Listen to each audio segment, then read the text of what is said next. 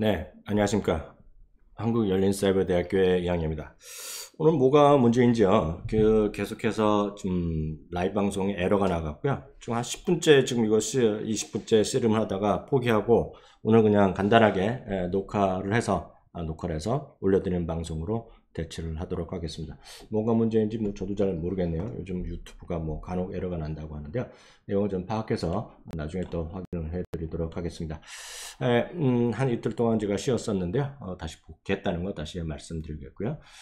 주식시장 오늘 3일 만에 오늘 정확히 얘기하면 7일 만에 다우지수가 오늘 약보합으로 끝났고요. 실제로 나스닥과 S&P 500도 오늘 모두 약보합으로 끝났습니다. 실제로 보면 오늘 하락폭이 컸던 것은 결국 산업재죠. 어저께 이제 레이시온과 유나이티드 테크놀로지의 합병이 일요일날 발표됐는데 트럼프 대통령도 좀 거기에 대해서 이게 독점금지 위반이다에 대한 독점금지에 대한 우려가 있다는 거에 대해서 우려를 얘기했고요. 캘리포니아에 법이 있는지 캘리포니아에서 법원에서도 이거에 대한 우려를 표현했고요. 그래서 지금 이게 이슈가 되고 있습니다. 그러면서 결국은 레이시온 그리고 유나이티드 테크놀로지 어저께의 고점 대비 계속 밀려나는 모습. 그러면서 오늘 이따도 말씀드리겠지만 ITA 같은 거 ETF도 미국의 방위산업 우주항공 방위산업 ETF도 2% 이상 빠지면서요. 오늘 업종으로 보면 산업재가 0.9% 빠진 것이 오늘 상대적으로 좀 컸다라고 일단 이해하시면 되겠습니다. 7월 31일 날 이제 6월 달은 물 금리 인상 가능성이 거의 없다고 봐야 되겠고요. 7월 31일 금리 인하 가능성에 대해서는 이제 지난 금요일 날 한국 시간 토요일 날 했던 저희 주말 정기 방송에서 했다시피 78.7% 거의 80% 정도가 지금 7월 말에 있을 7월 말 FOMC에서 금리 인하 가능성이 있다고 얘기하는데 여하튼 지난 주말 고용보고서 충격 이후 계속해서 급속하게 그런 가능성이 커지고 있다라고 보셔야 되겠는데 오늘 전체적으로 주시장의 좀 상승 물론 그동안 꽤 반등했기 때문에 쉬었지만은요. 트럼프 대통령이 중국에 대한 경고가 계속 있었죠. 거기다가 이제 시진핑 주석의 G20 회담에 안 올 수도 있다는 얘기 나오니까 안 오면 바로 남은 3천억 달러에 대해서도 관세를 또 계속 하겠다 얘기하고 있으니까 압박을 하고 있고 어저께 뉴스 보신 분은 계시겠지만 CNBC와 전화 인터뷰를 했어요. 그러면서 또 확실한 자신감 또 얘기하는 거죠. 결국은 그런 고관세가 내리는 것이 결국 중국이 합의할 수밖에 없다는 얘기하는데 뭐 어떻게 되는지 모르겠어요. 다만 이제 오늘 주식시장에 약간 불안 요인 또 이겁니다. 지금 이거에 대해서는 뭐 비판하시는 분도 계실지 모르겠지만 월가의 기관 투자가들의 70%는 지금 트럼프 대통령이 재선에서 승리할 것으로 지금 승리할 것으로 일단 기대를 하고 있는 건데 그렇지만 퀴니펙 대학에서는 설문조사는 약간 다른 쪽으로 나오기 때문에 지금 2010년 선거가 어떻게 될지 모른다는 얘기가 또 나오고 있는 거죠. 계속 말씀드리지만 미국에서의 경제 상황에 대해서는 지금 만족도가 지금 거의 전후 최고 수준까지 와 있단 말이죠. 20-30년 만에 최고치로 와 있지만 지금 정책에 대해서는 특히 무역 정책에 대해서는 비판의 목소리가 자꾸 좀 비판하는 쪽이 많이 있거든요. 특히 중국과 관련된 거 하고 있는데요. 지금 보면 조사를 했는데 바이든 전 부통령이 트럼프 대통령 붙었을 경우 53대 40으로 지금 10% 이상 차이로 이긴다라고 나오고 있고요. 실제로 보면 또 자세한 얘기는 제가 써놨는데 여기 해놨는데 다 써놨는데요. 지금 버니 샌더슨 같은 경우 51대 41로 이기는 거 되겠고요. 엘리자베스 워렌도 아주 과격한 여성 상원 의원이죠. 매사추세츠 49대 41을 하면서 여기서는 모르시는 분도 있겠지만 실제로 보면 지금 대부분의 누가 되더라도 트럼프한테 이길 수 있다라는 설문조사 결과 있기 때문에 이런 것들도 시장에서 좀 불안 요인으로 요인인 거죠. 시장은 늘 말씀드리지만 누가 대통령이 되건 누가 하건 간에 결국은 뭔가 바뀌는 걸 싫어하는 사람들이 있는 거죠. 어찌됐건 트럼프 대통령이 기업 친화적인 이미지는 있단 말이죠. 그렇기 때문에 약간 불안 요인으로 물론 이걸 좋아하시는 분도 있고 비판하시는 분도 계시겠지만 여하튼 그 정도로 보셔야 되겠고요. 그리고 골드만삭스의 CEO도 직접 이런 얘기를 하고 있어요. 트럼프 대통령이 계속해서 이런 무역 전쟁을 하는 것이 결국 주시장에서 바람직하지 않을 것이다 이런 얘기를 하고 있다는 거죠. 그만큼 이런 거에 대해서 비판적인 시각도 많이 있었습니다. 다만 이제 지금 시장은 지금 6일까지 연속으로 오르고 오늘 7일 연속 상승에서는 실패했는데요. 사상체육과에 근접하면서 이제 많은 또 논란이 있습니다. 지금 주시장이 지금 사상체육과를 계속 갈까? 곧 갈까? 아니면 다시 내려올까라는 목소리가 많은데요. 그만큼 지금 바짝 붙어서 있죠. S&P 500은 지금 고점 대비 2.3%밖에 멀리 떨어져 있지 않고요. 어저께랑 마찬가지입니다. 미국 시간 월요일 종가 기준인데요. 실제로 큰 차이가 안 나요. 그리고 다우지수는 3.3%밖에 차이가 안 나요. 나스닥이 좀 멀었지만 4%니까 언제라도 갈 수 있다는 건데, 이런 것들은 아시다시피, 결국은,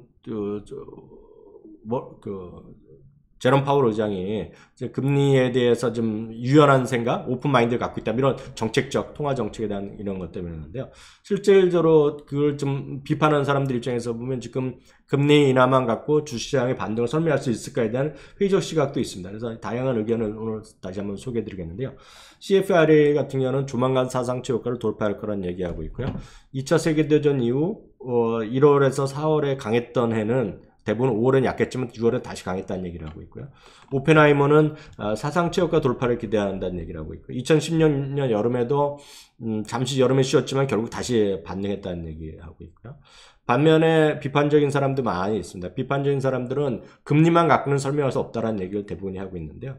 이런 거죠. BTIG는 사상체육과 돌파에 어려움이 있을 거라는 얘기하고 있고요. 그렇지만 연말 주가는 3천원 다시 갈 것이다.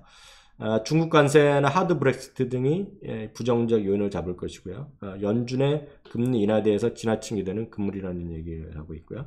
그리고 세븐 리포트에서는 지금 가장 우려하는 목소리는 거죠. 펀더멘탈이 뒷받침되지 않는다는 그런 얘기를 하고 있습니다. 그런 얘기하고 있고요. 모건 스탠리는 지금 보면 이제 결국 계속 리세션 얘기를 강조하고 있는데요. 올 여름 금리 인하를 하더라도 리세션을 막기는 역부족이라는 얘기를 하고 있습니다. 그래서 그런 것도 자세한 얘기는 이 네이버 카페 미국 주식입니다. 죄송합니다. 블로그 계속 보시면 되겠고요. 합병이 능상 아니었다는 것은 이제 고점 대비 떨어지고 계속 오늘 밀려나는 거 레이션. 앞서 말씀드렸다시피 합병에 대한 비판적인 시각 반독점에 대한 우려가 있다는 독점에 대한 위반 그런 것들. 유나이티드 테크놀로지도 마찬가지 고점 대비 훅 밀려가는 모습 똑같습니다. 그리고 IT의 ETF가 되겠는데 여기에 관련돼서는 이것뿐만 아니라 여기를 한번 보시면 이걸 보시면 과거에 대규모 M&A가 결국 성공적이 아니었던 사례들에 대해서 쭉 나와 있어요. 예를 들어서 레이션과 유나이티드 테크놀로지 합치면 보잉 다음으로 방위산업이 2위로 급하게 올라가니 그에 대해서 비판의 목소리가 있는 거죠. 그래서 이런 것들도 한번 과거 사례들이 좀 나오니까 한번 보시면 좋겠고요. 마크 모비우스는 워낙 유명한 분이기 때문에 제가 참고적으로 말씀드리면 이거는 한국 시장 포함해서 이머징 마켓에 해당될 수 있겠는데요. 이 양반은 30년 동안 그 템플턴 이머징에 있던 사람인데요. 작년에 창업을 했어요. 회사 거기 그만두고 모비우스 파트너스 뭐 그런 거 맞아요. 모비우스 캐피털 파트너스라는 걸 작년에 창업했는데 82살 나이에요. 실제로 보면 그냥 이머징 마켓이 최근 들어서 훅 떨어지면서 중국 때문에 떨어지면서 지금 올해 들어서 S&P 500이 한 15%, 13, 4% 올라간 반면에 지금 이머징 마켓은 5, 6%밖에 못 올라갔거든요. 최근에 다시 밀리면서요. 그런데 기본에 우리가 한국을 포함해서 이머징 마켓에서 주식은 수출 위주 주식을 했는데 그러면 안 된다. 수출 위주를 하려고 그러면 방글라데시나 그런 나라 같이 베트남 같이 완전히 개발 도상국 시작한 나라에 가야 되겠고요. 그렇지 않은 나라는 중국이나 뭐 다른 나라들은 내수 기반이 있는 그런 기업을 사라는 얘기했으니까 이런 것도 관심 있으시면 마켓 워치 기사 이걸 한번 내용이 괜찮으니까 쭉 읽어보시길 권하겠고요. 이 강의 혹시 다 보셨는지 모르겠는데요. 이제 참고적으로 말씀드리면 지난 일요일 날 한국에서 있었던 서울에서 있었던 10,000명 돌파 기념 이벤트 있지 않습니까? 미국 주식 TV 10,000명 돌파해서 보시면 이 별로 안 보신 분 많이 안 보신 것 같아서 말씀드리는데 이 중간에 보면 제 거는 뭐 따로 해놨으니까 안 보셔도 되겠고요.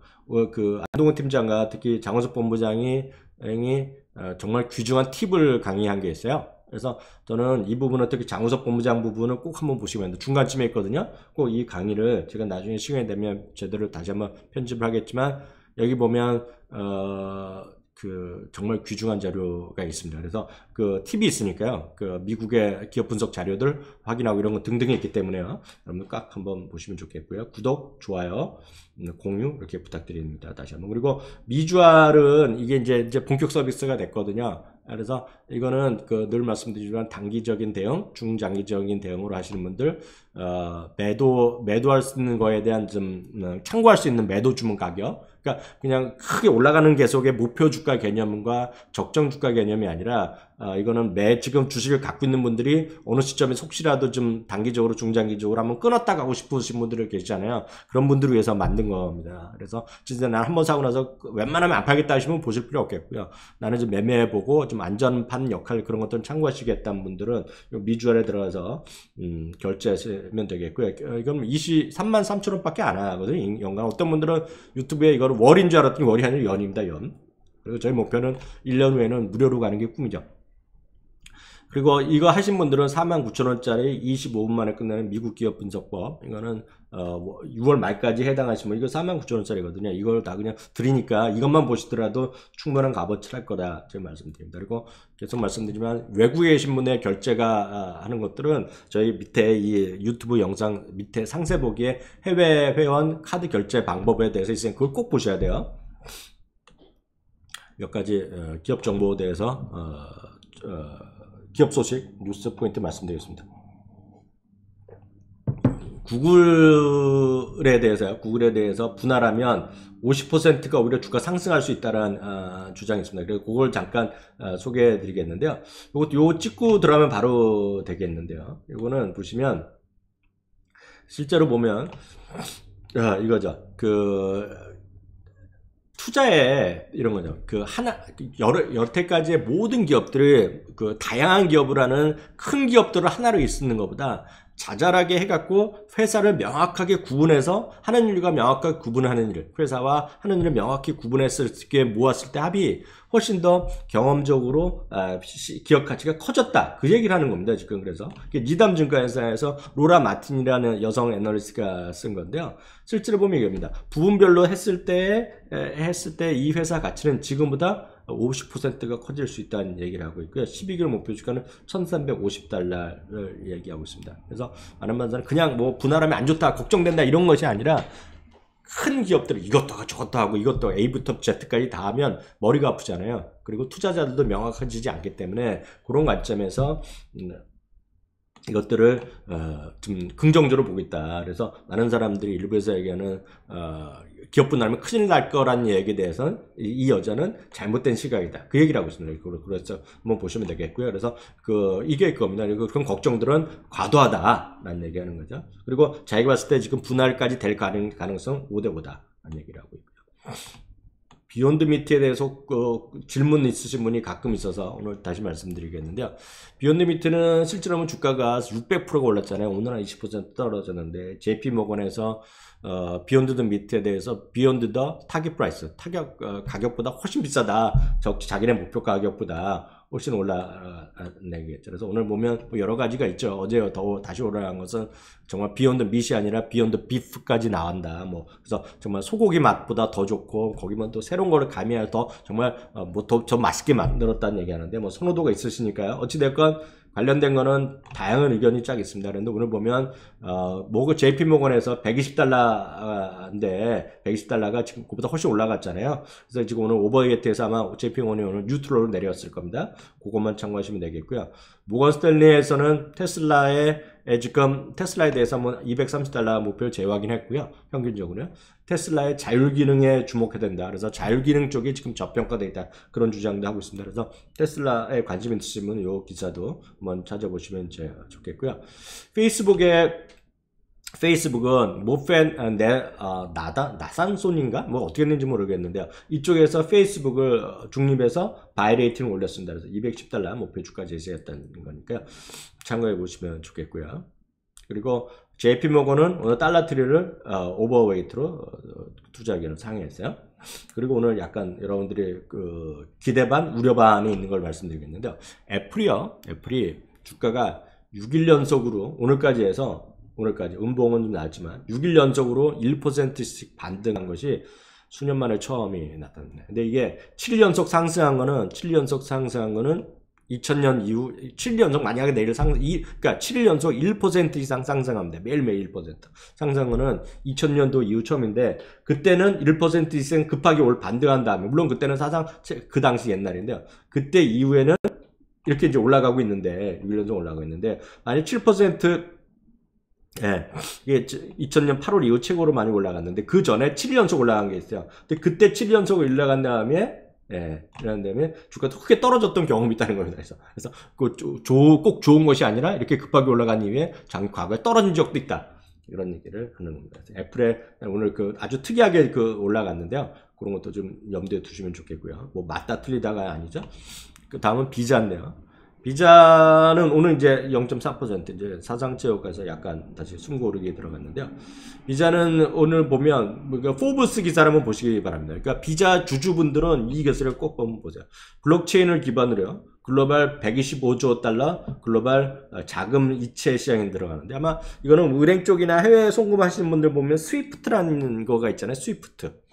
그래갖고 아마 스위프트 맞을 겁니다. 그래서 여러분들이 해외에서 은행을 송금하다 보면 그 은행에 고유한 스위프트 번호를 넣어야 돼요. 우리 인식번호 같은 거. 그래서 그걸 하는 친구들이 있는데 이거가 비자가 이번에 블록체인을 기반으로 그 시장에 들어갔는데 그 시장이 125 트릴리온 시장이랍니다. 125조 달러 시장. 그래서 저는 좀 읽어봤는데 이게 당장 얼마나 돈이 되는 건지 모르겠지만 이런 것들도 있다. 자금이체 시장. 그래서 요겁니다. 요거 찍고 들어가시면 되겠습니다. 그래서 요 시장 보면 보시면 좋겠고요.